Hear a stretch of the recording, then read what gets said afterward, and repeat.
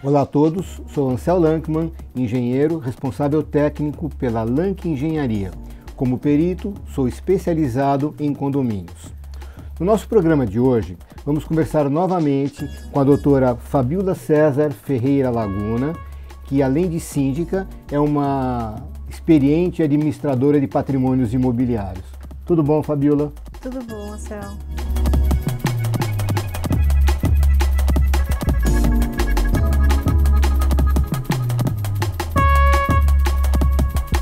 É um prazer ter você novamente no nosso programa e hoje nós vamos conversar mais sobre o seu lado administradora, não tanto como o seu lado síndica, né? Primeira pergunta é a seguinte: você, como administradora de bens que são locados, né, você tem que forçosamente realizar vistorias periódicas nesses imóveis. Em que circunstâncias, quando que essas vistorias são realizadas? Bom, primeiro de tudo, eu gostaria de agradecer a presença, novamente o convite.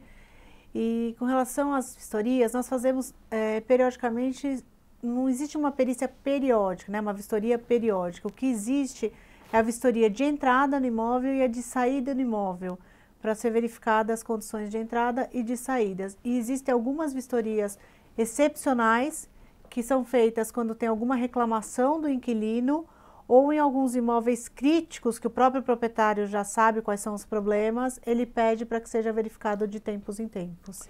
Ou seja, há momentos em que essas vistorias são requisitadas ou elas se tornam necessárias.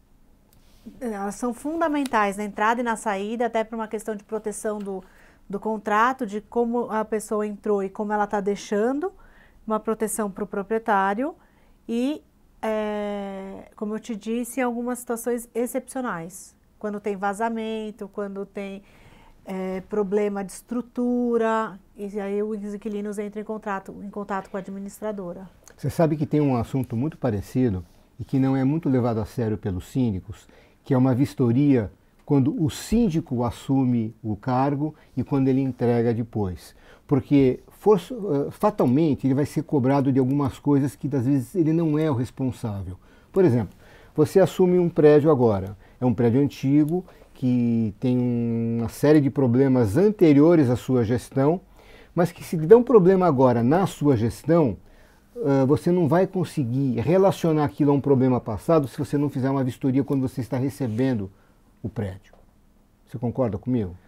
Concordo, acho que é um pouco um pouco não, é totalmente o mesmo princípio que a gente faz a vistoria na locação, de entrada para saber quais são os problemas que se apresentam ali e de saída para saber tanto a condição, mas se em algum momento se apresentar algum problema diferente, a gente conseguir saber se a responsabilidade é do inquilino ou se a responsabilidade é do proprietário de um problema anterior à entrada do inquilino. Para você que está recebendo um prédio agora, que está assumindo um prédio antigo, com a sua própria história já de um certo tempo, eu aconselho que seja feita uma vistoria em todas as unidades, primeiramente para ver as condições reais do prédio, e segundo para ver se não foram feitas obras nas outras gestões que possam de alguma forma comprometer a estrutura, a hidráulica, o sistema elétrico, enfim, coisas que os síndicos anteriores deixaram passar e que pode ter algum tipo de problema. Você que agora tem uma nova visão, agora que você já tem uma norma nova que tem poucos anos, a NBR 16280, que te protege. Nesse processo de perícias, de vistorias dos imóveis, você já falou em que circunstâncias que eles são feitas. Agora, como que é o processo? Você tem alguém no teu escritório que faz esse tipo de trabalho? Vai você mesma? Como que é? Não, na administradora nós temos uma pessoa que é responsável por fazer as vistorias de entrada e de saída, e sempre que é constatada alguma situação crítica ou divergente, ou alguma situação que a gente considere como delicada, a gente não tenha controle, a gente repassa para o profissional competente da área para fazer uma vistoria mais minuciosa. Você já utilizou o trabalho de peritos nesse processo? Eu já utilizei o trabalho de peritos, inclusive da Lank Engenharia, para a gente se respaldar. Foi por isso que eu perguntei. Nós já usamos em situações que, inclusive da Lank, tinha um problema de estrutura, tinha uma fissura muito grande que pegava de cima até embaixo do imóvel, a gente precisava saber se aquilo era uma questão estrutural e qual era o risco daquilo vir abaixo. Então, para esse tipo de situação, eu acho importante a gente ter os peritos certos, os profissionais exatos, para que eles deem segurança tanto para nós, né, da empresa, quanto para o proprietário, e acho que no caso do condomínio, que dê segurança para o síndico, né? Porque às vezes o síndico esquece que ele responde civil e criminalmente por todos os problemas que tiverem no prédio.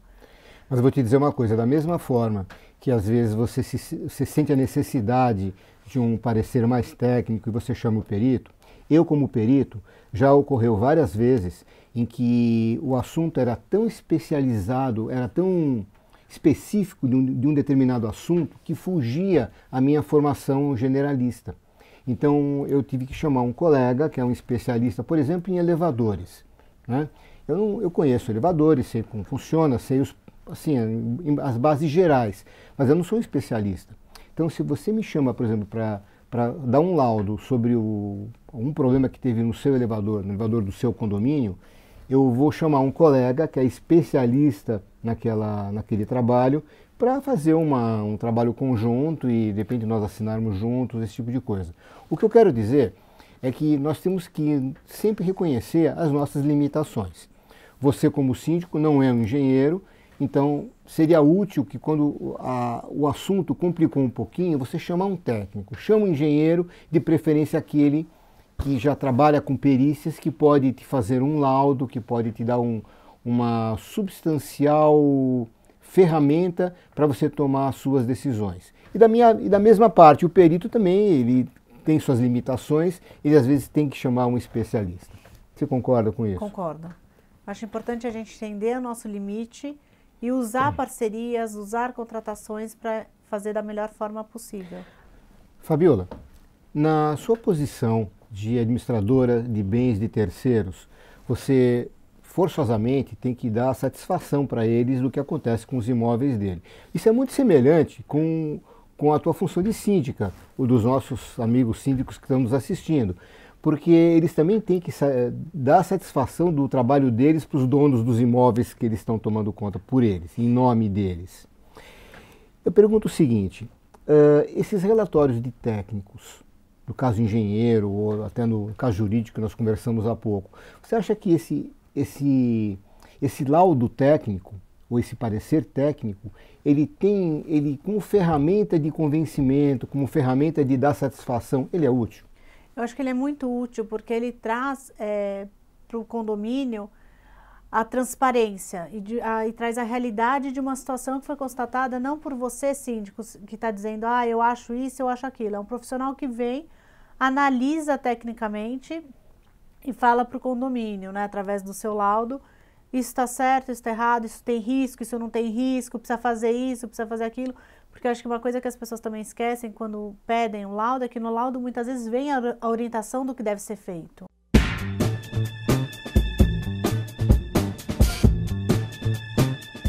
Na sessão O Perito Responde de hoje, eu vou ler a pergunta que eu recebi do José Carlos Monteiro. Ele pergunta assim: os laudos de peritos que li são muito difíceis de entender. Por que eles escrevem assim? José Carlos, cada trabalho técnico tem a sua maneira peculiar de ser escrita, de descrever os assuntos. O laudo de um perito não é diferente, tem uma linguagem técnica que tem que obedecer, porque afinal de contas é uma peça técnica. O que o perito tem que ter de cuidado, que eu acho que os laudos que você leu não foram nessa linha, é que lembrar que quem vai ler não é um técnico, não vai ser um engenheiro, vai ser um leigo naquele assunto. Então, ele não pode escorregar pelo lado de escrever as coisas de uma maneira muito rebuscada, que torna difícil o entendimento. E se um assunto é de difícil entendimento, ele vai ser também de pouco interesse por quem está lendo. E, na verdade, eu quero que a pessoa preste atenção e adote aquelas ideias que eu estou tentando incutir a eles. Por isso eu coloco fotos, coloco legendas, setinha mostrando os assuntos, enfim, tornando uma coisa didática. Você já passou por isso? Já pegou laudos que você não conseguia entender nada? Então, Zé, para mim é um pouco diferente, porque como eu tenho formação jurídica, eu estou acostumada com esse tipo de linguagem. A gente pega muito laudo técnico, mas certamente no meu começo de carreira eu tive dificuldade em alguns laudos, em algumas questões, e a gente vai acostumando. Quando chegar hoje com mais de 15 anos de formada, a gente já nem lembra mais. E você sabe que para mim é a mesma coisa, porque a interface de matérias de perícia com a área jurídica são muito próximos os dois. Então eu acabo tendo também que assumir assim uma certa formalidade da parte jurídica, consigo entender algumas coisas do Código de Processo Civil, o porquê dos prazos, enfim. A gente acaba misturando os assuntos, acaba facilitando. Mas para uma pessoa que não tem a formação que você tem, realmente ela tem dificuldade de entender um laudo pericial se ele for carregado de termos técnicos, carregado de informações que a pessoa não consegue entender. É por isso que eu achei importante o perito ter esse cuidado e sempre pensar quem é o público dele, né?